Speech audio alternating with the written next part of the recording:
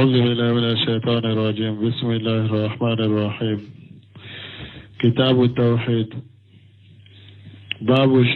باب بيان شيء من أنواع السحر. قال أحمد حدثنا محمد بن جعفر قال حدثنا عوف عن حيان بن العلاء قال حدثنا قطن بن قبيصة عن أبيه أنه سمع النبي صلى الله عليه وسلم قال إن العيافة والطرق والطيرة من الجبت. قال عوف العيافة زجر الطير والطرق الخط يخط بالأرض والجبت قال الحسن رنة الشيطان إسناده جيد ولأبي داود والنسائي وابن حبان في صحيحه لهم مسند منه. وعن ابن عباس رضي الله عنهما قال قال رسول الله صلى الله عليه وسلم من اقتبس شعبة من النجوم فقد اقتبس شعبة من السحر زاد ما زاد. رواه أبو داود وإسناده صحيح. وللنسائي من حديث أبي هريرة من عقد عقدة ثم نفث فيها فقد سحر ومن سحر فقد أشرك ومن تعلق شيئا وكل إليه. بسم الله الرحمن الرحيم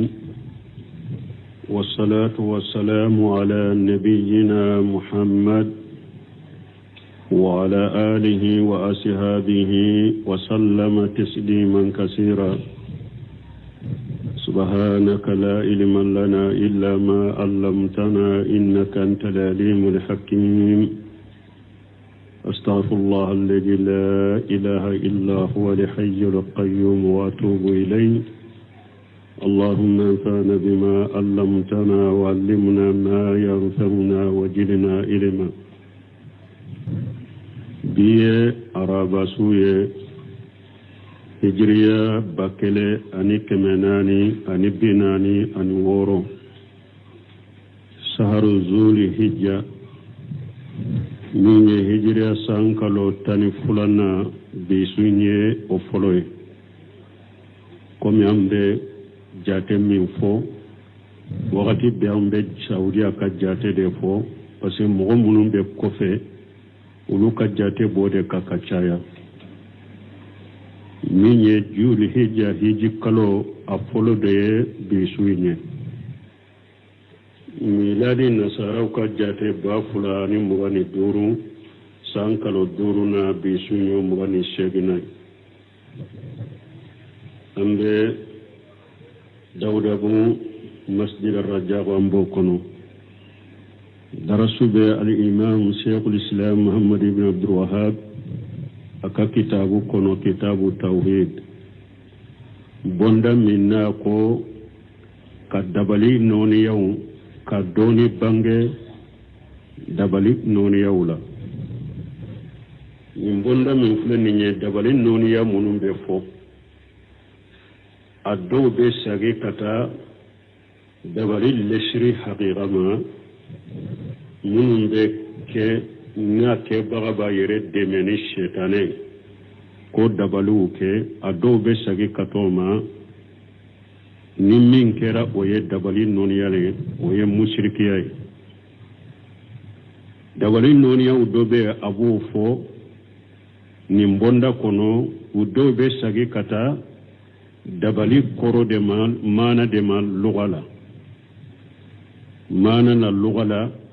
هو ما قفيا ولطف سببه من دغولندو السبب دغولندو ادو بشاغي كتا اودي مهارنا يا سورو مشركيات مي في حرام يالندو ولا واني ابن عباس رضي الله عنهما كارثنا عبد الله بن عباس مالك جي كبو فلا بما قال قال رسول الله صلى الله عليه وسلم wala ka ciben wala ka taruna kishibaka mani iqtabasa su'bata koni mu'min ye doni don niyo kala minan nuzun dolo doni min nu be ko dogolewu nyini nu ye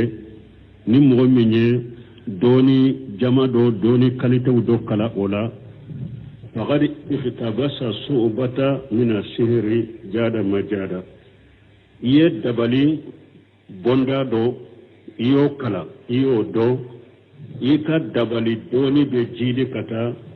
ni ka dolo doni be jidi kata o ika dabali doni jidi de kata arawahu abu dawud wa isnaduhu sahih abu dawud ya hadisai sanadu kakene walin nasai min hadis abi hurairah anana nasai bolo abi hurairah ka hadisan man akhada uqdata koni mu'min yatafakuru niyo shiri summa nafasa fiha faqad shahara o ko fe iye tukala ni kilishu shaytan kilishu ye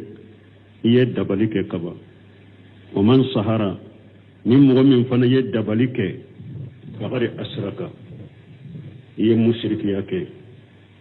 donc hadisay fule ka dani yoronina asanadullah fulendo وكفكم ومن تعلق شيئا وكلا إليه لمغمي دسكون دلو من ندرو على بيك كوتو بلو نيوروني كاكني أنت من نيوروني لا عبد الله بن أوكين كهديسا كونو كوفي نيوروني كاكني ومن تعلق شيئا وكلا إليه وانا نهديسا سهلنا نيوروني ما هديسا توي الله فلنو ما بنو سمينا بنا فو hadisa illa fulendo me amana ka kene Allah fulendo amana ka kene ni ani ewa dersu temina mbora hadisa minna ulu be la fulendo me doni ke ko munna hadisa la fule munum be kitabu tawhid kono doni ke ma kitabu tawhidi uma annaka shinu oye uma dovo a valerila uma la gosuni ni hadisa la fule munye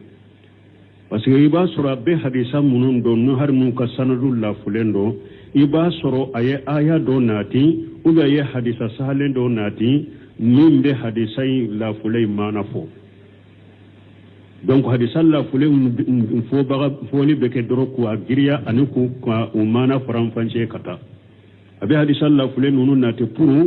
ko mana faram fanche kata de suna be hadisa la fulay munun be kitabu tawhid kono iba soro delila sabatilen be hadisan la fulenye min fo delila sabatilen do bala umma delila sabatilen bala aya kono ube hadisa sahalen kono donc o de yato ula fuli doni ke ba umma kitabu valeri nakashini oye parce que ba suru do mana sahalen do ube hadisa la fulen fora mana minna o mana delila sabatilen nana la delila werula ناكو أنترى بن سمير رحمه الله ننترى كسرهما قوله من سرتية وفيل سرت اقتباسا وجوابه فغني اقتباسا قوله اقتبس أي تعلم اقتبس كرموني إيه إوا دوني إيه إوا نمغمي فندو كلا دولو دوني لا تعلم كلالين لأن تعلم وهو أخذ طالب من العالم شيء من علمه parce que doni fulede لأن تعلم doni ñini fule kalande ibe fendo de mina karamogo ka doni la ibe fendo de mina karamogo ka doni la bi manjila ibe min mina karamogo ka doni la بمنزلة رجل يقتبس من صاحب النار سؤلة كلاندب بدوني من منا يكا كرمو وبدوني كبغا كدوني لا أمثاليا بكومي ني اوا مغدو نا تارا تاسما تيجي دوما كتا كورو دومينا بولو وبه كتا مونيو دومينا بولو كتا تاسما منناي قوله ناكو صعوبة أي تائفة ما نجم كل تائفة ومنه قوله تعالى وجعلناكم شعوبا وقبائل أي توائفا وقبائل نألا ياكي جمع كلية أني قبلو قولهم من النزوم المراد علم النزوم لا يني دولو دوني وليس المراد النجوم أنفسها لا يني تيكا دولو ينير دوري لأن النجوم لا يمكن أن تقتبس وتتألم بس دولو ينير جاتي مغو تشكا دوني من لا أبي وتشكا دو والمراد به هنا لا ينيا علم النجوم الذي يستدل به على حوادث الأرضيات لا ينيا مونيا دولو ينمي نتيدن كو دبالي دودن مانا كا دوني دوني دولو لا دوني من نكو منون بكي دوكو كولوكا كو دوغولي منون بكي دوكو كولوكا بوكا دليلا كني او دولو دوني كو دوغولي منون كو منون بكي دوكو كولوكا كدللا كنو اولو يني دولو دوني لا يني اوديا فيستدل مثلا باقتران النجم الفلاني بالنجم الفلاني على أنه سيحدث كذا وكذا مثال لك كافو من دون مسنا أني من دون مسنا نتغنى نغنى درو ننكم مسنا بكدو كلوكا من دولو سوق من فلاني لا يني أودي تبه nin dono masina na gerena nin dono masina na ube nin dono masina no tuguna nyugo na doro nin ko sugu nin ko imbeke dugu koloka wa yusadallu bi wiladati insani fi haja najmi ala annahu sayakunu shahida ube dalla kina fana kafo nin dolo min fulen nye nin mugo min wolola nin dolo inna atigi beke kunnadiye wa fi najmi al-akhar على أنه سيكون شقيا يبا سرو دولو وربو بولو بافو نين دولو مسنا نين مغمين ولونا ولا وبك كننغودي فيستدلون باختلاف أحوال النجوم على اختلاف الحوادث الأرضية وبدل لكن الدولو تكلين تشغمي وبدل لكن الدقو كلين فناكا كو منون بي كو كورا منون بك الدقو كلوكا وبدل لكن أولو يدولون نون تكتلين يتشغمي دوغو كولو فانا كو كنان كو كراو وبو بنيغون كورني اويه والحوادث الأرضية من عند الله كسر كو منون بكرا كرايا كاكي دوغو كولوكا ولو بيبو على دفع قد تكون أسبابها معلومة لنا أدو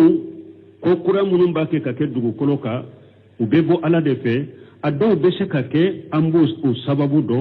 وغير تكون مجهولة أدو بسكك وسبب دونين تنبرو لكن ليس للنظام بها علاقة ما أو دولون مروتة دولوني دو كلو كو كنا كو منون بك فنت دولوني أولوچه وبي على دبولو أدو أسبب بسكك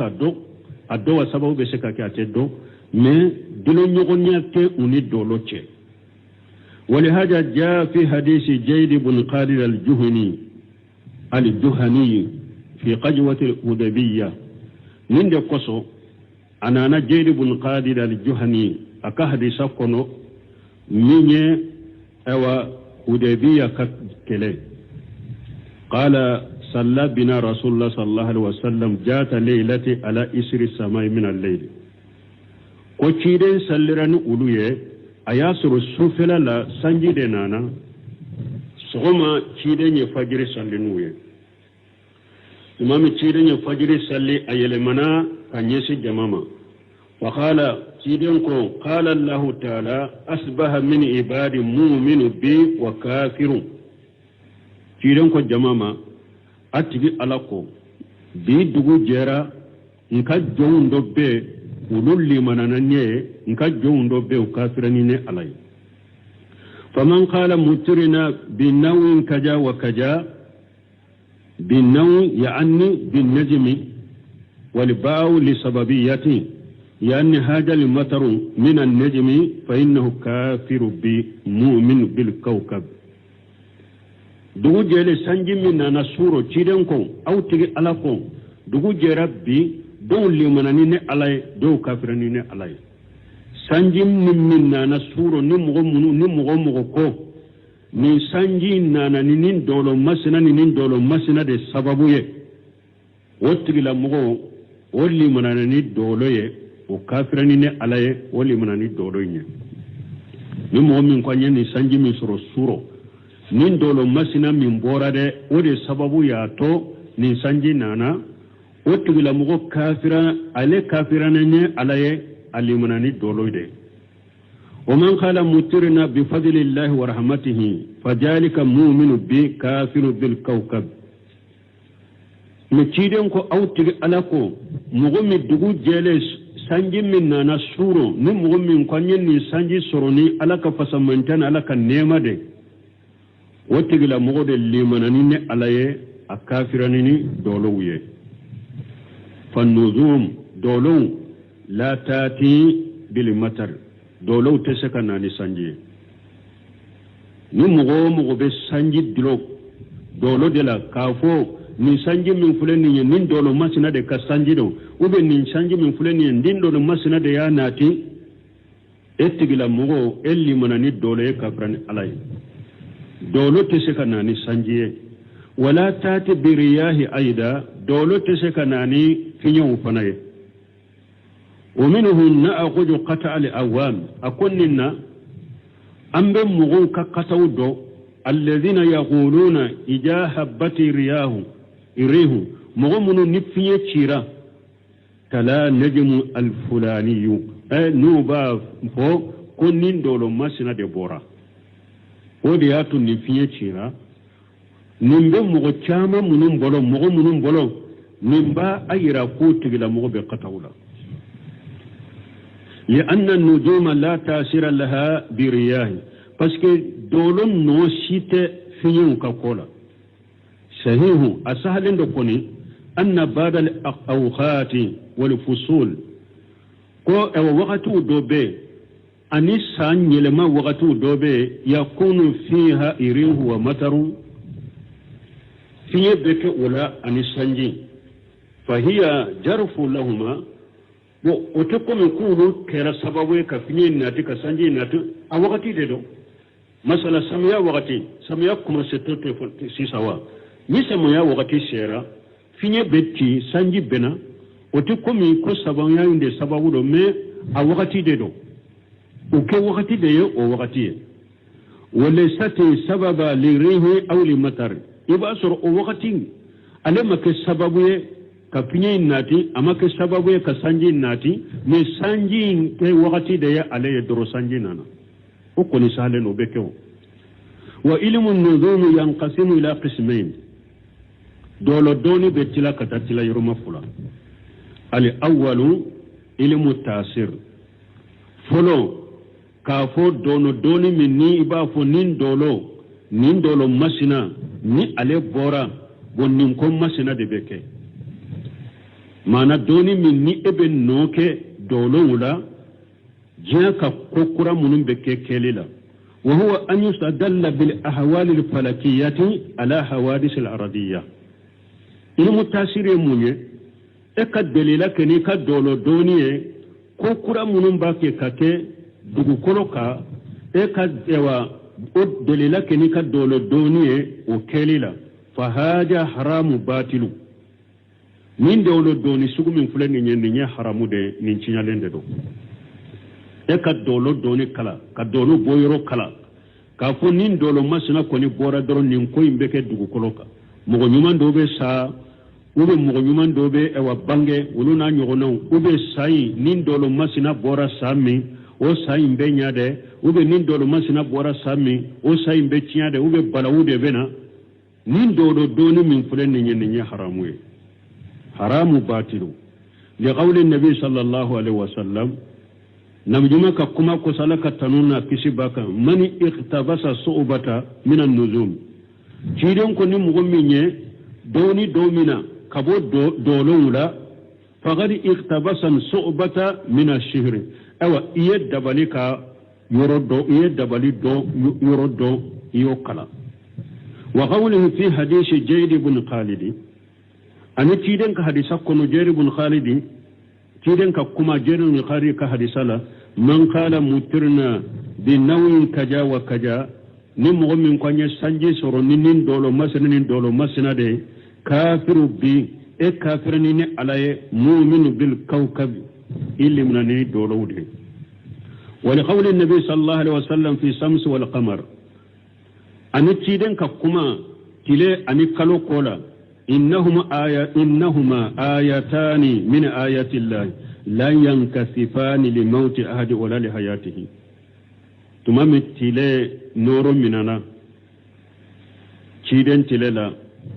أبنا إبراهيم فاتو دوني تيدن دنك إبراهيم وفاتو دون تلي نور مننا mogo konniya ye tile noro yiminana ciden denke ibrahima fatuli de tile noro mina ciden ye tile noro mina salli ke ka kutuba kala ako tile fule ani kalo ako nunu ye ala ka taamanshe fula de do ka bo ala ka taamanshe wula nunu fula o noro te mina ni mogo si fatuli ye o noro te mina ni mogo si ka bangeli ye donc ne ya yirana ni mogo min ye ewa mogo nyuma do wololi dilo ka sababu ke dolo doye ube mogo do fatule ya sababu ke dolo doye ye haramu ke ye fenciyale ke ye haramu ke mushrikiya noniya dabali noniya do de do nabi bolo donc nin dalila koso kata man irtabasa sobata dalila polo della fulana man qala mutirna bi nawin kaja wa kaja della sabana innahuma ayatan min ayati llahi la yankafifani li mauti ahadi wala li hayatihi wala ni ya irana dolo doni sugu min fulen ninya haramuye fal ahwal al falakiyatu la alaqata laha bainaha wa baina al hawadith al aradiyat ninya dolo boliliye dolo doni dilo nyogonyate dolo yi ka ewa boli doni ani kokura munun beke dugu kolo ka dilo nyogonyate uni nyogonche dolo yala ka danfe ndo be sanfe ko munun beke dugu kolo fanaka ko munun beke dugu kolo ka o be bo ala de fe dilo nyogonyate uni dolo uni nyogonche asani fulana ilmu tashir dolo doni chogoya fulana anko dolo doni e fulade folo anyo de fo haramu yara dolo doni mi nebe ko dogolo infona ye ube kadugu kono ka ko munun beke ku dilo ala ku sababu ka ye o dolo doni sugu ya haramu ye dolo doni chogoya fulana ka dolo ku ubolinu do mana nibe korondo nuye ube nibe dugukolo dibila sokono na ni filila nibe dugu ni sirawu donuye ubako de ma ilmu tashir wa huwa ma sadallu bihi ala jihati wal awqati fa haja jaidu ilmu tashir munye dolo doni mi nibe dalila kenaye ka fawundo naye ube ka wakati donaye nin dagara efilila kungo kono la aya soro sunfela de re sanfela laje ebe ta dugu minna dugu imbe koronde la uga be tile binne la uga be dugu kolo fahamina I kun korota ibe dolo boyoro do ikom nin dolo masina anka tile nin dolo masina boyoro no nin de koroye anka puru ankata duguina a ube ebe koronde nyini sunfela la eta do ebe kungo kono la eta do korombe yoromi ne ebe dolo munu be sanfe ibu boyoro do iko nun de la masina ni ko ni yenye yoro obe koronde la mana ka fawundo ni dolo ye bashi tola ube ka wakati donu ye nin dolo masina na bora doro fajiri sera ari kaunto kalande yala bunun tumban kala astumbu bolo ni dolo sugu do bora doro ba fo fajiri surunyana ube be wuli kwanka kalanda mi ube fajiri surunyali donaye wala o dolo sugu o dolo doni sugu bashi tola de ka fawundo naye ube ka wakati donaye bashi tola nin dolo bora doro fajiri sera ube fajiri surnyana wa qad yakunu wajiba ahyana ibn Usaymin ko rahimahullah akon nin dolo doni sugumi fulini nye nin bisa ka ke wajibi ka wakati dola yere kama qala al fuqaha kumi doni ke ba famu bago ya fo chogomi ija dagala waqtu salati يجب على الإنسان أن يتعلم علامة القبلة من النجوم والشمس والقمر كل فقهاء بافو تشغم وكل يصلي وقت دونا أواجب هذا مدينكا إيكا قبلة دو كقرون دو نتا منشوية إما إنا قرون يني ni dolo kata manche ube ina koro nyini ni tile bolie ube ina koro nyini ni kalo bolie ni kaloye don kama ko ni salli wakati serai be yoro laita salli wakati do donc ko awajibri kai ka salli wakati do ni ninta manche doye qala ta'ala alakum masamin korta lendo wal khafil arda rawashi an tamida bikum wa nihar wa subula la'allakum tahtadun ala ko ale alaye kuluba sabatile ko ale yu bira dugu koloka pour akanalla magani awye wa anhara alaye ko bila dugu koloka wasubula anisraw la'allakum tahtaduna na bisaka kanda kasraw do chogomi falamma zakara allah al alamat al aradiyya intaghala ila alamat as samawiyya tumami suratul nahl kono taman shemmunum be dugu kolo ko kannaka ala yulufo atara saman shemmunum fana be sanfe ala yulu fana fo faqala talalako wa alamati wa bin najmi hum yahtadun ako anita man shem ani dolo nabe kandani dolo munuye fali istidlal bi hadhihi an-nujum ala ajmani la basa bihi kadalila kenin dolo ye pour waqtu doni kama bashitola mislu an yaqula misali la ekafo ija tala najmu fulaniyu dagala waqtu shay nin dolo masina koni ni obora samaya waqti donna wa dagala waqtu arabi min yokwati ni samama ntado bamuna bafo chogomi ñoo be se wakati munu na ñoo tige wakati nu be se wakati mi ha qawlan wala ube ka qawla doni donu uye wakadhalika alal amakin abo chogola katamanse keni dolo ye yoro doni la ka qibilati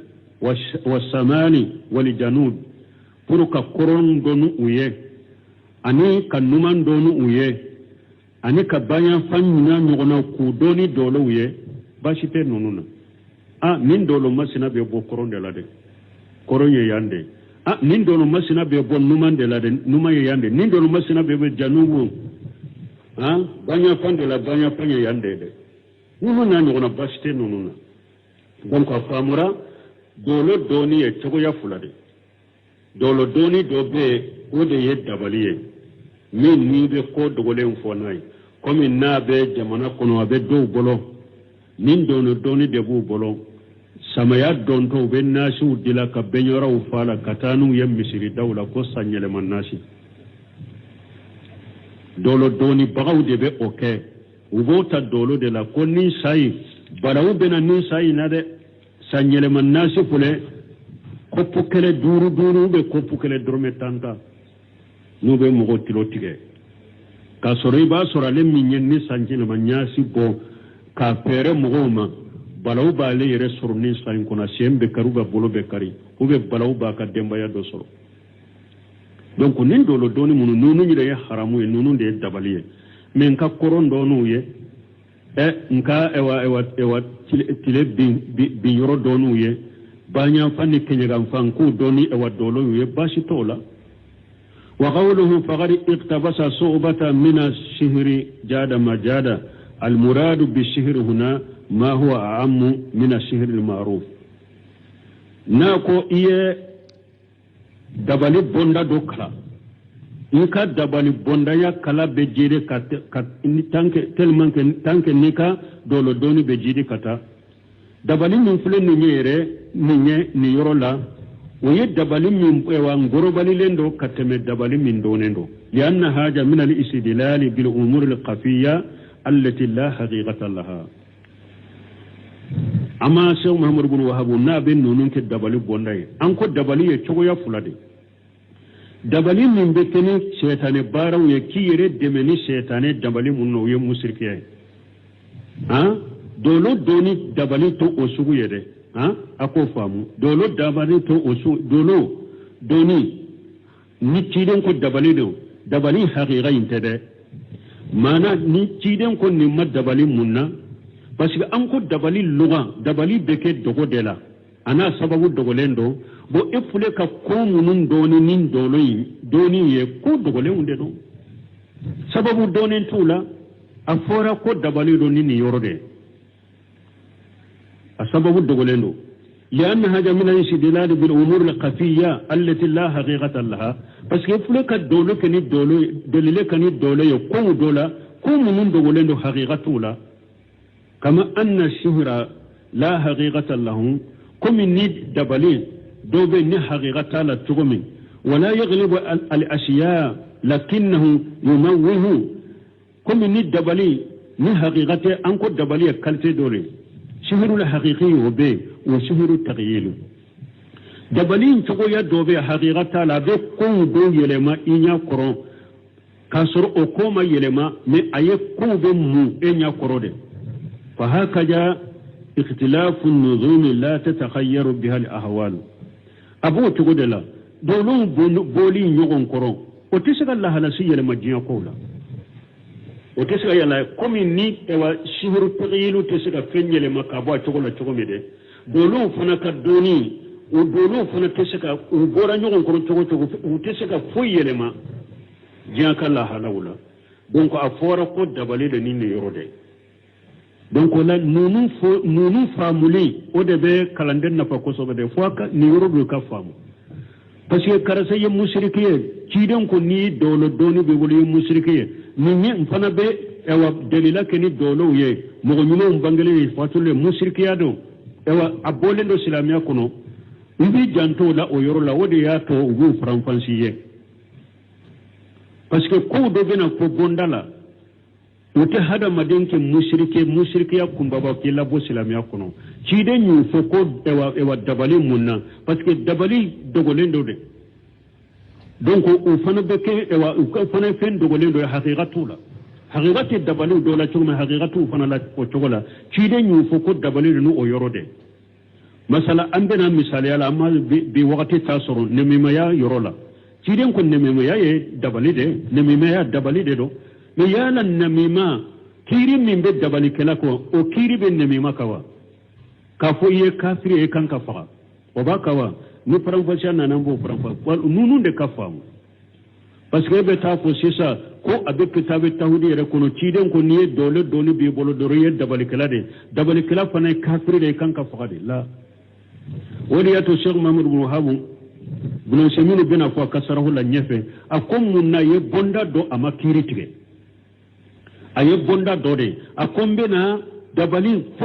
foundo bange dabali noni yawla me ama kiri tige ka fonni o fon niya ke ye mushrike ye ninya akwa ama kiri tige munna ako parce que foundo bena fo be mushrike ala haqiqa la foundo bena fo haramu de do ko foundo bena fo fana ko la gosilendo de do wali ato ama kiri ke tarjama la donc nunu ka fam وقوله جاد ما جاد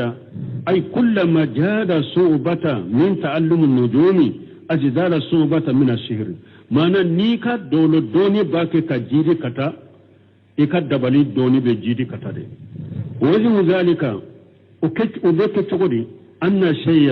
إذا كان من الشيء فإنه يزداد بجيادته parce que comme na kerani nin koin de sababu nu o koin be jidi ale fana be jidi katade وجه مناسبة لحديث للترجمة ني حديثات دون كوني مونيه مناسبة مونيه لترجمة المؤلف مؤلف كترجمة كنو بوندين كنو أن من أنواع الشهر تعلم نجوم ما نفو أبد دبلون نونيا ولا دولو دولي dolo doni min ni be ko dogolewu nyininu ye ube dalla kenu ye ko dogolewuna liyustadalla bihi ala hawadis al-aradiyya dolo doni mi ni be dalila kenai ni kun ye ko munun be ke dugu koloka muallifu ka tarjama ka munasaba munye ni na tarjama kono wa hajali hadis ni hadisa min fulaninya wa in kana da'ifa ma fa yanko abena fo ko hadisai sanadullah fulendo akonni hadisa min fulaninya wa in kana da'ifa sanadi har na yasru hadisai ka sanadullah fulendo lakin min haysul ma'ana shahihu ne hadisai mana sahalendo har ne hadisai sanadullah fulendo amana sahalendo tashhadu lahu nususul ukhra dalila waru be sariya ke ni hadisai mana sahaliya wala wada ya to min Sheikh Muhammad ibn Wahhab mugoma wa gurjani ni intiqadu ka hadisan la fule mun be kitabu tawhid kono ni mana de do hari na yasur hadisan min sanadul la fulendo amana sahalendo ube ibasiro nususu be kolo be qur'ana kolo ube hadisawla ube sariya ke hadisai ne ayemana min fo qawluhu nako من أغد أغدة من سرتيته من سرتيه ديدو والأغد معروف ما نسر لي تفسر لي ودونندو قوله ثم نفس فيها نفس نفقو بريق خفيف نفس يموني ما نكداجي توداجي من كنغو نداجي چامنتي والمراد هنا لا ينيا نفس من أجل الشهر كداجت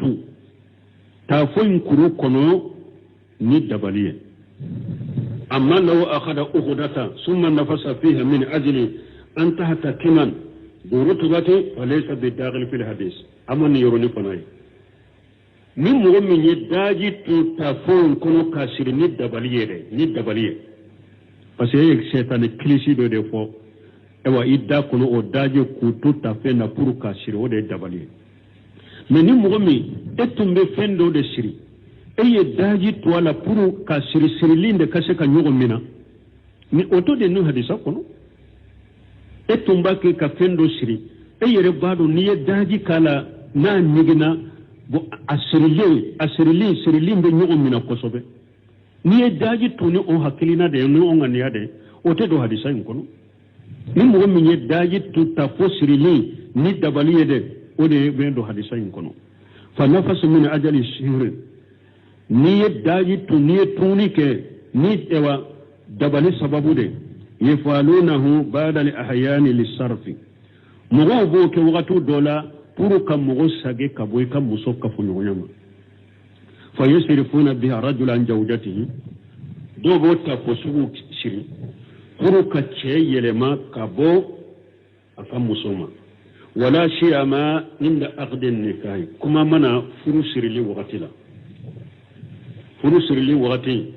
do ba addabali dila pour ki yelema ka bo musoma pour ka nege boyla ikana atafurula ube ka dabali nke pour akafo nyogonya ikana seka kafo nyogonya sarfu be nimbeta donc nin dabali ke la sugu de ben nin ke nin ta fo sugu ke fa yabadu rajul an zawjatihi furusiri wakata do ba ke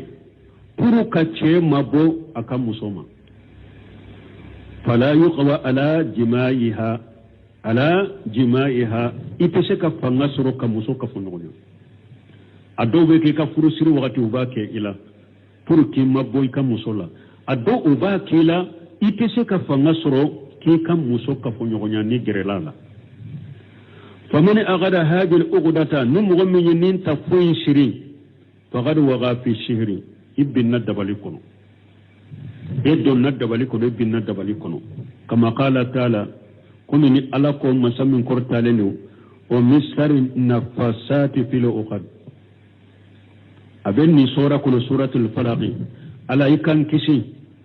to kela jugu tora tafo kono ikan kisama donc ebedo ni ayaw kono yebedo hadisa kono ebedo dabali bondala ebbi na dabali kono qawlu na ko man sahara faqad ashraka man هذه سرتية وفيل سرتي سهرة وجوابه فقد أشرك جيرين كن مؤمن فني دبلك يمشركك قول فقد أشرك هذا لا يتناول جميع السحر نا كن مؤمن فني دبلك يمشركيه ni mushrika min fulen ni nin te dabalin noniya beta de innamal muradun man sahara bituruqi shaytaniyati dabali yere haqiqa dabali yere min mushrikiya haqiqa ha wayede ni mugo min dabali ke ni shaytan shirawi wode bike mushriki haqiqa mushrikiya kumbaba akan ni ro kana famu haja la yatanawwalu jami'a anwa jami'a جميع السحر من فلان من نمو من يدبلك فقد أشرك من تدبلي سقو بيتا ده من تدبلي بيتا ده إنما المراد من سهر بطرق شيطانية فقد أشرك كم بدبلي سقو منا نمو من يدبلي كني شيطان شروي مشركيا دبلي مشركيا بإدكا أما من سهر بالأدوية والأقاقير وما أسباها mais ni mɔgɔ min ye dabali kɛ ni furaw de ye furaw la ni fura kisɛw ani olu n'a ɲɔgɔnnaw faqad sabaqa annahu la yakunu mushrika an y'o fɔ ka tɛmɛ safaha 300 ni 70 ni kɛlɛ an y'o fɔ ka tɛmɛ o yɔrɔ la k'a fɔ o tigilamɔgɔ tɛ mushriki ye dɛ ni mɔgɔ min b'a ka dabali kɛ ni furajiw de ye ani fura kisɛw ani olu n'a ɲɔgɔnnaw ale bɛ dabali sugu min kɛ a tɛ dabali kɛ ni sɛtani baaraw ye nin tigilamɔgɔ ka dabali haramu don mais musiriki tɛ dɛ maa b'a kɛ ka haramu ni kabaira junubu kɛ mais musiriki tɛ an ko fagali yɔrɔ la fana fila bɛɛ bɛ faga min ka dabali y'a bɔ silamɛya kɔnɔ an b'ale faga ni kafiriya fagali ye min ka dabali maa bɔ silamɛya kɔnɔ an b'ale faga pour binkeni kana fagali ka tora bo silama mantonga ale be fagani ode nunun ka fam lakin alladhi yashharu bi wastati ta'ati sayatin min mu'min be mugo dabalini shaytani ka shirawde wastiqdamihum fima yuridu ni abe shaytanu bara nyogonya ube bara kaye akalla nyini la na ya abafe ka minke abe shaytanu de بارك نغنى ولا قبل وبارلا فهذا لا شك أنه مشرك ننتقل لمغشي كتالا نيني مشرك ده مغمين با كد دباليك ني شيطان باراو دي وبن عليه بافي كمينك أبي شيطانو دي بلالا وبو باركايه ننتقل لمغي مشرك ده شكتالا تعالى وقوله ناكم من تعلق شيئا أكل إليه تعلق شيئا من كجد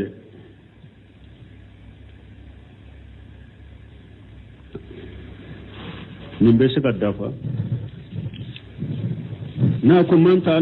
من تعلق شيئا وكل إليه تعلق شيئا أي يتمسك به ناكم مغمني يدسكون دلو منا على بك كوتو بلو تعلق كوري مني كفمنا وأتمد عليه كيسين ساكا وكل إليه أي جال هذا الشيء الذي تعلق به إيمادا له ما أنا وكل إليه كوري مني أي سنبه نميما على بوكيكا سنبه يروي وكله الله إليه على بيكا كوتو أبلو وتقل عنه على بيكا كولا إيه تسكن دلو من ري على بيكا كوتو أبلو على بيكا كولا ومناسبة هذه الجملة التي قبلها للتي قبلها من جملة من فلنية عليك مناسبة منية جملة من تمنى أن النافق في الأقد يريد أن يتوصل بهذا الشيء إلى حاجته ومعاربه بس كمغمين فلي ni أيوة tafe konona la n'a ye tafe siri mɔgɔ min ye fiɲɛli kɛ tafe la k'a siri a b'o kɛ ni mun ye parce que a b'a laɲini de ka se a ka haaju de ma ani a ka laɲini a b'a kɛ ka se o de ma a bɛ nin kɛ ni o de ye فيوكل إلى هذا الشيء المحرم ولا ألبا كوتو نينكو حرام يلين دبولو سيسا أي نفهموا ka fo jumla min ni ciden ko ni mogo min ni ewa eye tafe siri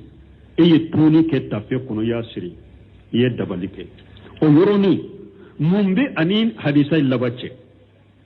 o man ta'allaqa shay'a ukilale mumbuce tugunyogonya jumambuce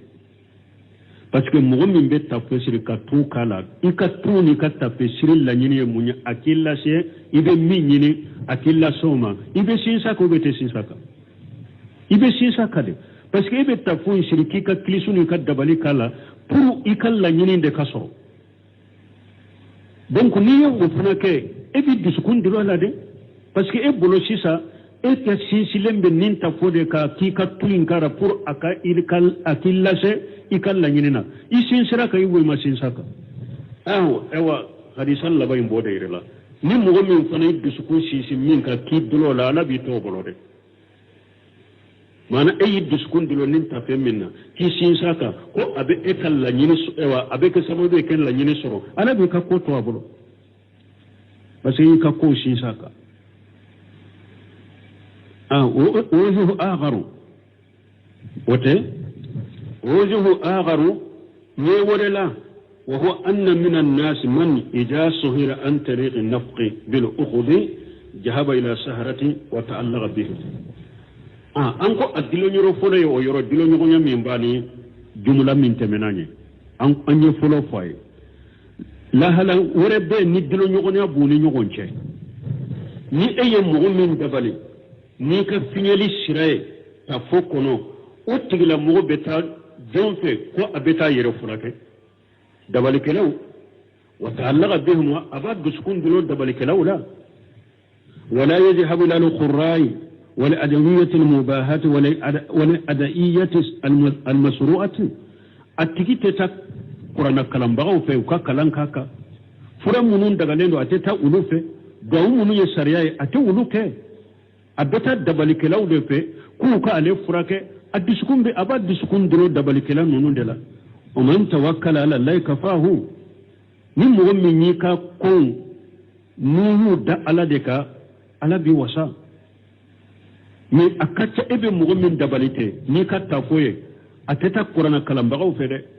minnu ka fura dagalen don a tɛ taa olu fɛ gaw minnu ye sariya ye a tɛ olu fɔ a bɛ taa dabalikɛla dɔ fɛ a bɛ sinsin kan a b'a dusukun dilo o la wala ciden fana ko n'i dusukun dilo min na ala b'i to a bolo n'a yɛrɛ taara dusukun dilo dabalikɛlaw de la k'u ka ale furakɛ ala b'a ka ko to olu bolo ka sɔrɔ ni mɔgɔ o mɔgɔ ya a ka ko da ala kan ala b'i wasa ala ko masa min kɔrɔtalen don o man yatawakkal ala allahi fa huwa hasibuhu inna allaha balighu amrihi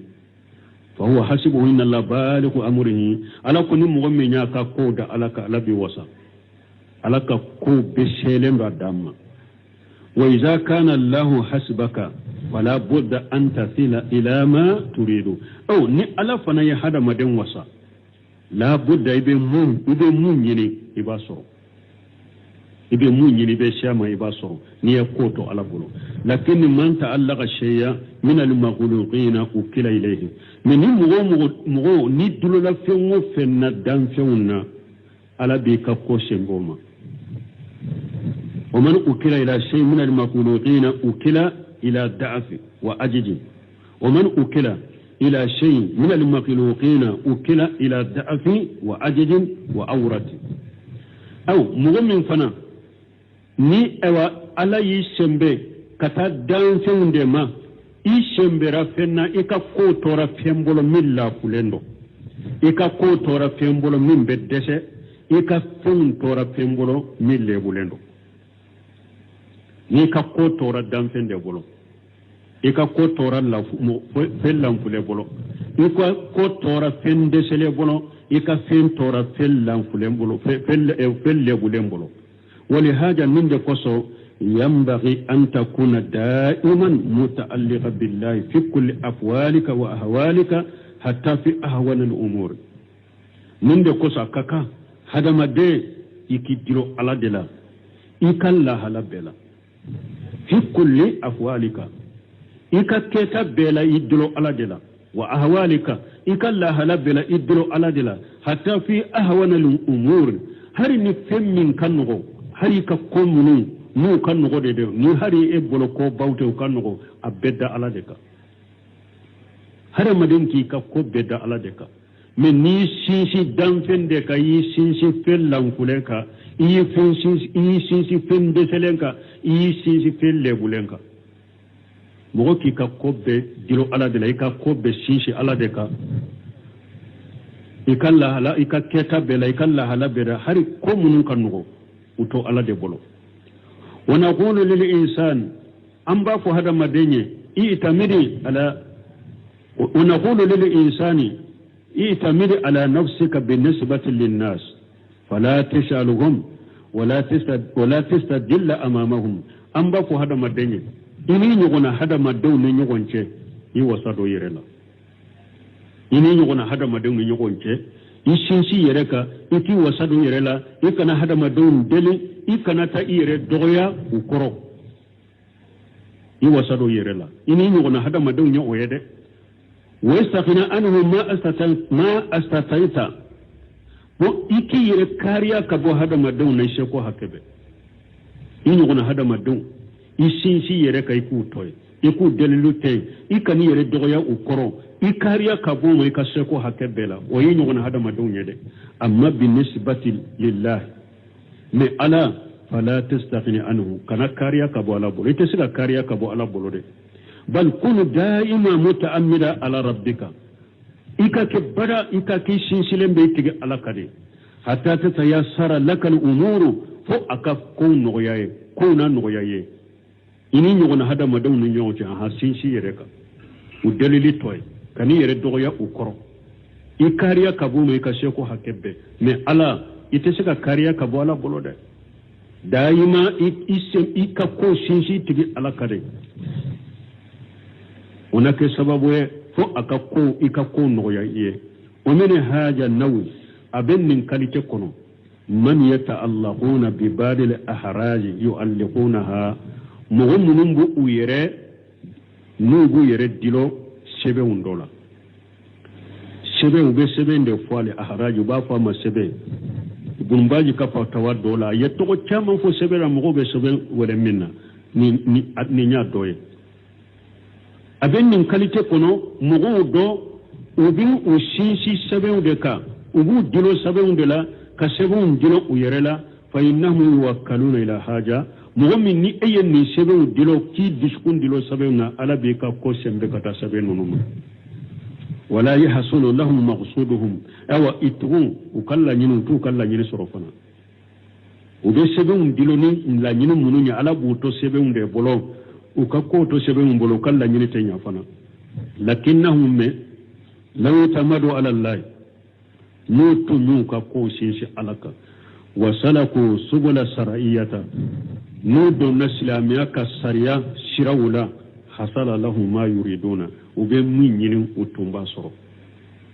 o mena haja nawi abo chogola fana donc ka ko manta allaga bi shay'a ukila ilay abake ka fenda mado famola wa afulo yemunye a fotu shiribaga o bake ka sisi ka ta fomin ka pura ki kam makonya na boye alabi ka koto ta fobulo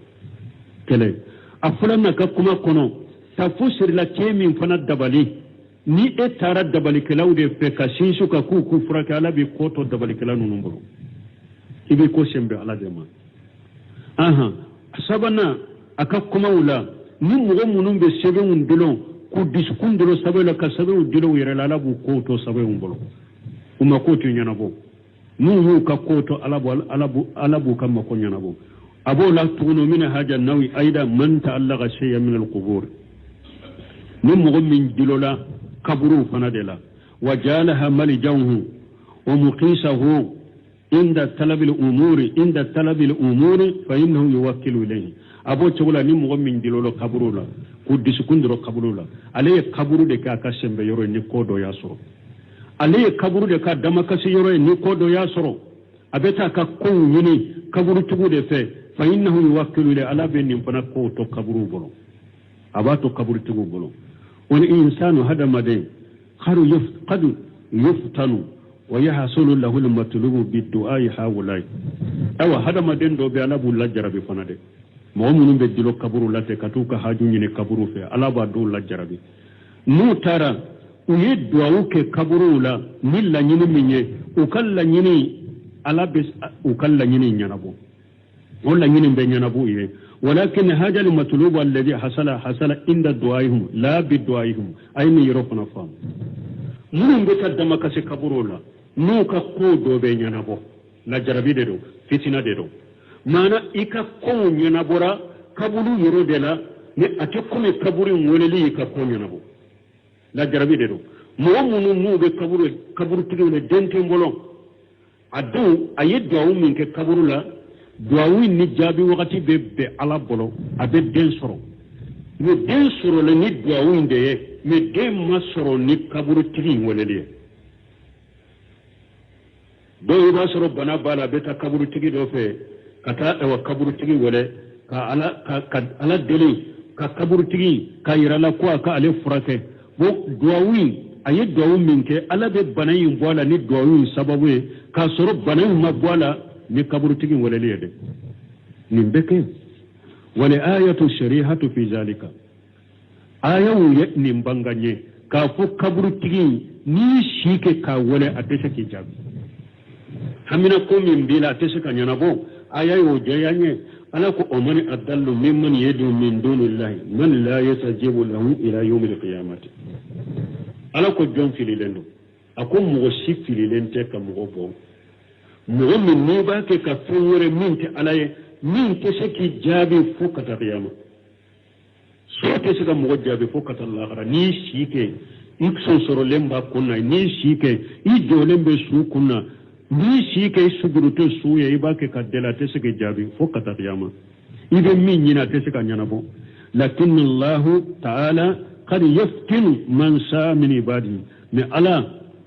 abe masamin kortalena abe mugo la fitina mugo do la jarabe ku la fitina aka jonya mugo munun kan la jarabe ya jiya ko munun be nyana bo kaburu wala yorola kaburu tigi mu ke koy ala de yuke me ani e talib benna ake wakati ni e talib benna kaburu yorola ake wakati ni benna de me ate ko me kaburu tigi nyoke de me fitina de la jarabe de ro ala baka jol la fitina ko la jarabe ne mi nya jiya ka jonna munasabatu li hadith anna haula alladhina yata'allaquna bish-shihr hadisaka munasaba mun ye bonda inna num mo mun no be dilo dabali wala wa yajalunahu sina'ata yasiluna bihi ila ma'aribihim no be dabali nunun ko kabbarai puru ka shew kala yina ne dabali yuwakkaluna ila zalika alabu ka koto o dabali ndebolo wa akhiru amrihim al-qasaratu wan-nadam aw uka kolla bayin be ke perjide fanani nimisa alabu ka koto dabali bolo uka ko laban be kuma fana perjide fana ani nimisa donc la ambe saka joya ni alay wakati were iranna inshallah bi be ke dersi njoleye fokata sallite inshallah subhanakallahumma rabbana bihamdika ashhadu an la ilaha illa anta astaghfiruka wa atubu ilayk